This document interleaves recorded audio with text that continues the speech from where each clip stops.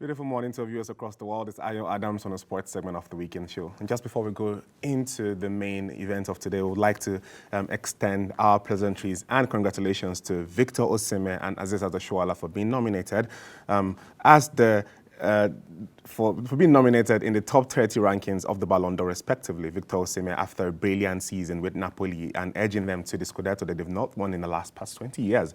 Same also applied to Aziz Oshoala, who also featured in Barcelona's, European dominance. Also, congratulations to both Nigerian athletes. Now let's go to the event of the day. Well, the final Grand Slam of the tennis season is coming to a close after an exciting and thrilling season of the tennis season. The tennis season was nothing but spectacular so far, and after an electric trailing weeks of spectacular and sensational displays, breathtaking of display of tennis, the tournament was blessed with exceptional performances and milestones. American youngsters Coco Gauff ties Serena Williams as youngest U.S. Open finalist, Ben Shelton as the youngest American to reach the U.S. Open semis since Michael Chang in 1992. But with Carlos Alcaraz's defeat to Daniil Medvedev, he becomes another player who has failed to defend the U.S. Open title. Defending the U.S. Open title has been one of the hardest things to do in tennis in recent memory. It was last done by the Swiss maestro Roger Federer, who won it for 5 consecutive seasons between the years 2004 to 2008. Returning to analyze the U.S. Open trending topics, I have Chibuzo Ibe from Lagos. Good morning, Chibuzo. How are you doing? Hi, Ayo. Good morning. Good morning, Chibuzo. Let's dive right into it quickly. And the first, the first thing I want us to put a pin on is Novak Djokovic. Novak Djokovic has now reached 4 Grand Slam finals this year alone. There is no adjective to use to explain this anymore. The Australian Open first Grand Slam of the season, he was in the final with Stefanos Tsitsipas and he defeated the Greek. It went into the Roland Garros and defeated Casper Ruud also.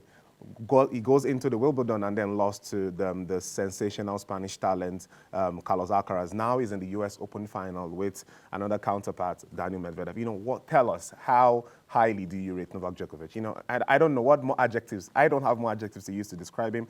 I would hope you have some. Just like you, I have run out of adjectives. I mean, every time we talk, this guy is always in the topic. He finds a way to insert himself in, these discussions that we have. So, just like you, I have run out. At this point, it's just Novak against Novak, because there's nothing more left to prove for this guy. He has literally achieved everything there is to achieve in tennis. So I don't have any more adjectives to use at this. We have overused everything there is out there to use in qualifying this guy. So Yeah. Here we are again. Here we are again. Now let's move on to some other landmark and breathtaking milestones that happened over the couple of weeks in the Grand Slam. We had Coco Gauff, who was exceptionally brilliant from the start to now in the final. We also had Ben Shelton, who some had been reeling him throughout the ATP 1000 tours, the ATP 500 tours. He's been showing some really brilliant prospects. But the U.S. Open was one. He had also predicted that you probably find a way to go farther in it. And he just went haywire and defeated brilliant players also. Same goes for Coco Gauff. But let's start with Coco Gauff. She is now the first female American to be in the final since Serena Williams. Look how far back that dates. And how young she is. She's just 19. Tell me, in straight sets, she's won brilliant games and she's defeated powerhouses. What changed for Coco Gauff? It's very brilliant that you brought up this question, because I mean, these are not like realms that we touch sometimes when we have these discussions. Yeah. For Coco Gauff, I think I think where her change actually came, both in attitude and in making team changes, came after her Wimbledon first round loss. So I think after that, she was able to make some changes in her team. And since Serena Williams, she's the only person who now has like a resident hitting partner.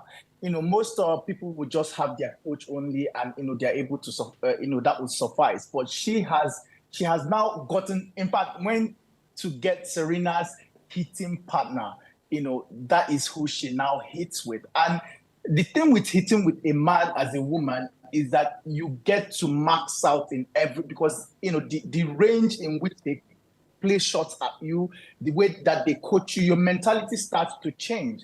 And it's nice to see that it has transcended into game, and it has now informed her game well, and she's able to display such mentality on court, at events like the US Open currently. So to see such a young woman, a young lady, 19, making this run to all the way to the finals, I mean, again, she had a lot of advantages. She had a home advantage.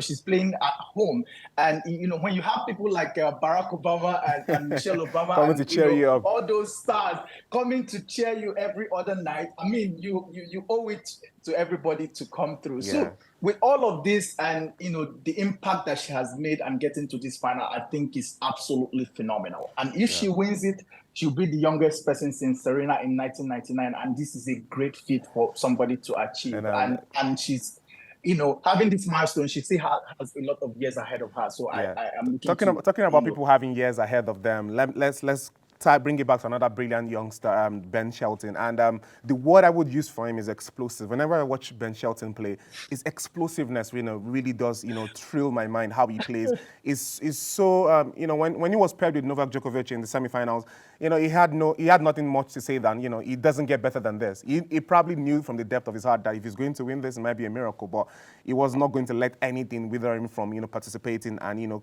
going toe-to-toe with one of the biggest tennis players. Ben Shelton explosiveness, how far do you think he can get? We saw when Carlos Alcaraz came on court. Is there any similarity in their development? So the thing with Ben Shelton and Alcaraz is that they have different journeys to tennis. Alcaraz followed through the ITF and followed the just like Nadal, just same template as every other person. But with Ben Shelton, what is different with him is that his parents, his dad used to be like a former pro tennis player. Who is now a coach at the Florida Gators. The parents kind of like guided him through, his journey into tennis. Unlike every other person who played through the ITFs, he went to the uni, and then played college tennis. And it was just last year that he turned pro. Imagine somebody turning pro in 2022, and in 2023, by Monday, he will be ranked 19 in the world. I think there is no greater feat than that. And I think that just shows that there is no one way or one size fits all to this journey. You can, find different ways of finding your way in. And this is what this young man has done. And I think it's absolutely phenomenal. And he's 20 and he has a lot of years ahead of him. So I would like to see how his career would go on to be. All right. The thing about his tennis is that his tennis is very refreshing, very explosive. You're able to see his expression, and he brought a new celebration which Novak hijacked last night. All but then, all right, Chibuzo, let's pan through the final. Finally, let's pan to the final. We have Daniel Medvedev will be taking on Novak Djokovic, a repeat of the 2020 finals, if I'm correct. 2021 finals, if I'm correct. And then we have Coco Gauff taking on Sabalenka, who has also been in US. She won the Australian Open. So give me your fair analysis about these two matches in 1 minute. Your fair analysis about these two matchups in 1 minute. Okay. If there's one thing I know, this is going to be a blockbuster match. Coco Gauff and Sabalenka. Sabalenka with her, her style of play, which is just a unidirectional play, just hit until you overpower the opponent. And Coco Gauff has a lot more tools in her arsenal, and I think what she would try to do is to cover the court if she's looking to win, because Sabalenka is going to look to overpower her. And on the men's side, if we're going there, Djokovic and Medvedev, we have seen this play out in 2021. And if Medvedev is looking to get this win, I think he will have to channel back into himself, to use the tools that he used back in 2021 to get that win against Djokovic, and which is to, probably, serve harder. And right now he's not doing that. So it will be interesting to see how, the new tactics or the new techniques that he'll be using against Novak, because I know Novak would want to get this win, and he's all out. All right then. Thank you, Chibuzo, for your intricate analysis once again, previewing and giving us your full insight. Thank you very much. Thank you for having me. All right. That's all we can take on the sports segment of the weekend show. It is the finals of the women's single at the U.S. Open. Coco Gauff versus Sabalenka today, and tomorrow the men's singles final, Novak Djokovic versus Daniil Medvedev. Well, that's all I can take on the sports segment. See you same time next week. Bye-bye for now.